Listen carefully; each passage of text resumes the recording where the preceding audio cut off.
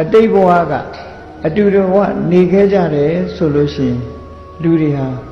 တဦးနဲ့တဦးနီးစပ်သွားကြတယ်ကဲကိုယ့်အကိုစဉ်းကျင်စဉ်းစားကြည့်တခါတရံ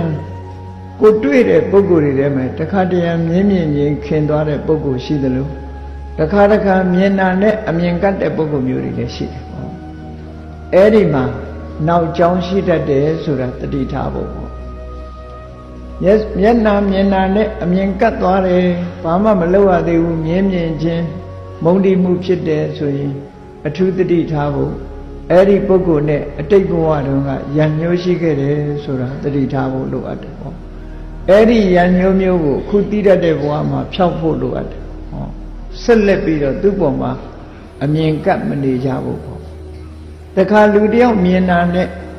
ချစ်ခင်သွားတယ်ဆိုတာမျိုးလေးရှိတယ်တခါမြင်လိုက်တာနဲ့ခင်မင်ပြီးတော့သွားတာမျိုး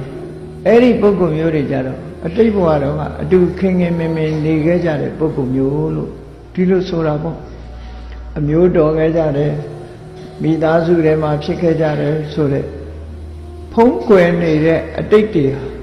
သွေးထဲမှာလာပေါ်တယ်သွေးဆိုတာစိတ်ကိုပြောတယ်လူရဲ့စိတ်ထဲမှာလာပြီးတော့ပေါ်လာတတ်ကြတယ်ပေါ့အခုဒီတထေးသမီးလေးဟာလေသူက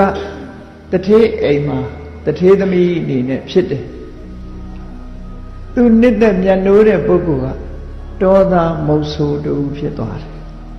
ဘာဖြစ်လို့သူတို့ဒီလိုဖြစ်ကြရတယ်လဲလို့ဆိုလို့ရှိရင်ကတ္တဗဖေယလက်ထက်တော်အခါကာလတုန်းက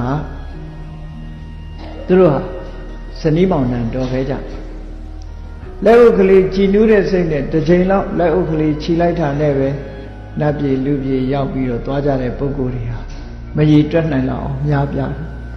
တရားသူတရားမြတ်ရဖို့ဆိုတာကြတော့မြတ်စွာဘုရားရဲ့အဆုံးအမကြာကြာနာနာနားလည်ပြီးလိုက်နာကျင့်သုံးတဲ့ပုဂ္ဂိုလ်မှတရားသူတရားမြတ်ဆိုတာရသို့တော်လည်းပဲမြတ်စွာဘုရားနဲ့ပတ်သက်ပြီးပုဂ္ဂိုလ်တိုင်းဟာမိမိရဲ့ကြည်နူးတဲ့စိတ်နဲ့မြတ်စွာဘုရားအပေါ်မှာပူဇော်လိုက်တာနဲ့တပြိုင်တည်းကောင်းကျိုးချမ်းသာတွေရသွားတာတော့